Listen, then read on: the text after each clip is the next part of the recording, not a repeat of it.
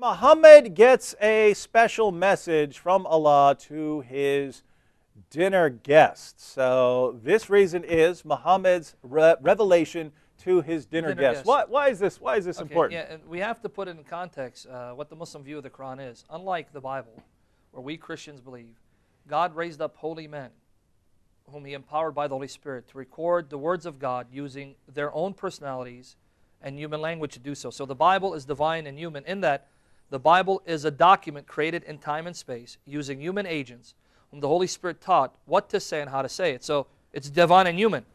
The Muslim view of the Quran is that it's the eternal, the uncreated speech of Allah. It does not incorporate any human speech whatsoever, right? It doesn't even incorporate Muhammad's personality in conveying Allah's revelation, because this is Allah's speech. You can't say it's human speech. If it's human speech, it's not Allah's speech. And it's uncreated. Now with that said, let me read the verse and then bring out the implications, because this verse not only talks about dinner guests, it also tells Muslims what not to do when Muhammad's wives become widows. 33:53.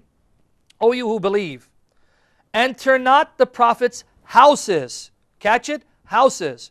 Muslims will tell you that Muhammad is poor, right? Man, I don't even own a house. I live in an apartment, David. And yet Muhammad at that time had houses, more than one. He had a house for each one of his wives. Doesn't sound like he was too poor to me. Does it sound like he was poor to you? All right. Enter not the Prophet's homes, except when leave is given to you for a meal. Don't come to any one of his homes unless permission is given to you to come there and eat. And then, not so early as to wait for its preparation. So if Muhammad invites you to dinner, don't show up at 4 o'clock when dinner is at 6. You better be there at 6. Don't come any earlier, right? But when you are invited, I'm sorry, I have to stop myself from laughing. I don't mean to be disrespectful, but again, seriously, Muslims want to convince me this is the speech of Allah. But when you are invited, enter. And when you've taken your meal, disperse. When you finish meal, don't stick around. No chatting, no tea after your meal. Disperse, leave, without sitting for a talk. Verily, such behavior annoys the Prophet, and he is shy of asking you to go. But Allah is not shy of telling you the truth. Did you catch it? See, you're laughing too here. I don't know why this cracks me up. If you think about this, right? People are coming over to Muhammad, and he's the prophet, so they want to hang out with him, right? Yeah.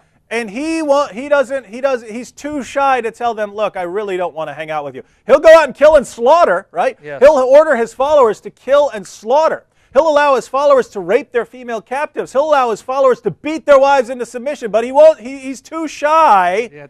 He's too shy to say, look, guys, it's really late. Could you stop asking me questions? He's too shy to say that. So then one day Muhammad walks out and, I've got a revelation from God. If you come to my house, don't get there too early and don't hang out too long afterwards, because that would annoy the Prophet, and we don't want to annoy the Prophet. He's too shy, but Allah's not shy of giving you this revelation, and it's coming from Muhammad. It's not from me, it's from Allah. It's not me saying that you're annoying me. I can't help it. It's Allah saying that you're annoying me. Exactly. Oh my goodness. And now notice what the implication of this. Now this is supposedly the eternal uncreated speech of Allah. So Muslims want to convince us that even before creation, Allah was busy thinking about all the people who would come to Muhammad's homes and annoy him, and therefore decided to rebuke them even before he created them, even before they existed, even before the situation transpired in time and space. Makes sense. So now this leaves me to one of two conclusions. Either this event was predestined, Allah made sure that these people annoyed Muhammad in order to give a reason to send down this verse, which is part of his eternal speech, or Allah foresaw that these people would annoy Muhammad and therefore made sure that his eternal speech included a word of rebuke. Either way, Allah in eternity was busy thinking about Muhammad and all the people that would annoy him. Either way. Now quickly, let me just finish the last part. It is not right for you that you should annoy Allah's messenger, nor that you should ever marry his wives after him. This passage prohibited any of Muhammad's widows from ever remarrying. Now, not only is this troublesome to see that Allah again is busy worrying about Muhammad in eternity before Muhammad was created, this is troublesome for the fact that people like Aisha were widowed at the age of 18. Aisha was 18 when Muhammad died. and she was widowed without any children. And she lived all the way into her 50s. That means from the age of 18 all the way till she turned into her 50s, Aisha was not allowed to remarry and have children. Now again, is this an act of mercy from someone who is said to be a prophet of mercy, a mercy unto all creatures? What kind of mercy and compassion is this? To leave an 18-year-old, a widow, without children the rest of her life. And she didn't die 5 years later. She lived all the way into her 50s. Now is this a merciful act?